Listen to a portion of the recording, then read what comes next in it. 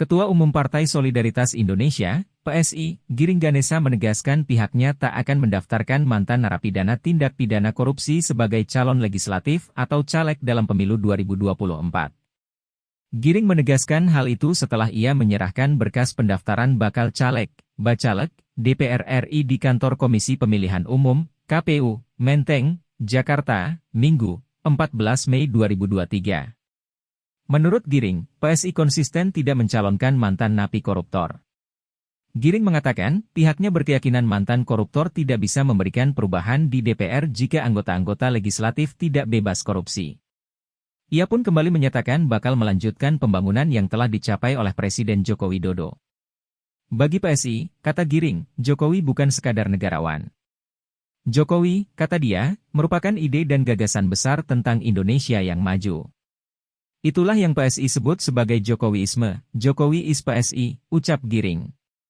Menurutnya, PSI mengajukan 580 bacalek DPR RI dari seluruh wilayah tanah air, termasuk para bacalek perempuan.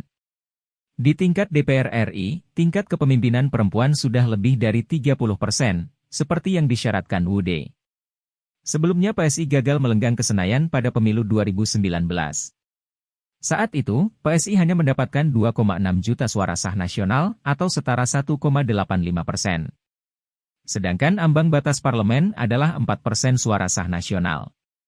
Meski begitu, PSI berhasil meloloskan sejumlah kadernya di DPRD DKI Jakarta. PSI selalu menjadi partai politik yang mengkritisi berbagai kebijakan Anies Baswedan selama menjabat sebagai Gubernur DKI Jakarta. Sementara itu sebelumnya juru bicara PSI Belmondo Scorpio juga mengingatkan masyarakat agar jangan memilih koruptor menjadi wakil rakyat. Dirinya bersosialisasi hal tersebut dalam video berjudul, "Jangan biarkan koruptor dan predator masuk parlemen." Berikut tayangan videonya. Saya mengajak semua penonton untuk lebih memberi perhatian pada pemilihan anggota DPR Februari tahun depan. Masa pendaftaran para calon anggota parlemen dari semua parpol sedang berlangsung dalam 2 minggu ini. Masyarakat pada umumnya lebih peduli siapa yang akan menjadi calon presiden, tapi seringkali mengabaikan siapa yang akan menjadi wakilnya di DPR. Padahal DPR memiliki power yang besar dalam menentukan kesejahteraan rakyat.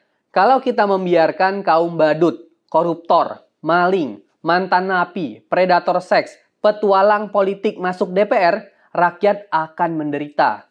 Kalau kaum penghisap uang rakyat diizinkan masuk, mereka akan jadikan DPR sebagai tempat bacakan untuk memperkaya diri mereka, teman, kerabat, keluarga, dan simpanan mereka. Rakyat akan dibiarkan menderita, sementara mereka foya-foya.